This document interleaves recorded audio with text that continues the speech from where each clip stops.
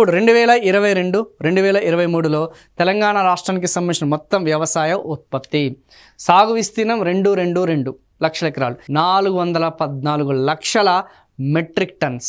Very very very important, especially general studies లాంటి ఎగ్జామినేషన్స్కి.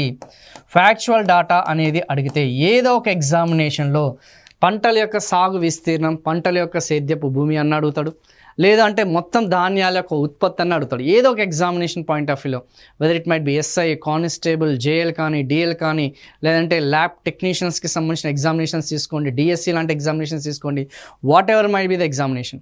So ఖచ్చితంగా ఏదో ఒక అంశాలలో ఇప్పటి వరకు మనం చెప్పిన బిట్స్ అన్నీ కూడా పడే అవకాశాలు ఉన్నాయి. ఏది కూడా వదలకండి. సో ఇది ఇంపార్టెంట్, ఇది ఈ ఏరియా నుంచి వస్తుంది అనేది ఎక్కడ కూడా లేదు. ఈ మధ్య క్వశ్చన్ పేపర్ ట్రెండ్స్ అనేది క్లోజ్గా ఫోకస్ చేస్తే బిట్టు ఆస్కారం అనేది మనం చెప్పలేకపోతున్నామా, కానీ సర్వే ఓరియంటేషన్లోనే ఉందన్న సంగతి క్లియర్గా స్పష్టంగా తెలుస్తుంది. మరి ఈ యొక్క పంటల యొక్క మొత్తం ఉత్పత్తులు చూసుకుంటే 2014లో చూసుకుంటే 232 లక్షల ఆ యొక్క మెట్రిక్ టన్స్ అనేది క్లియర్గా కనిపిస్తుంది. 2022కి వచ్చేసరికి 414 లక్షల మెట్రిక్ టన్ అన్న సంగతి క్లియర్గా స్పష్టంగా తెలుస్తుంది. So very very very very important. So 2014తో పోలిస్తే ఎంత శాతం పంటల యొక్క ఉత్పత్తి అనేది పెరుగుదల నమోదైంది? 52%. సో 2014 రాష్ట్ర ఆవిర్భావం పంటల యొక్క ఉత్పత్తి 52% పెరుగుదల నమోదైన సంగతి చాలా స్పష్టంగా తెలుస్తుంది.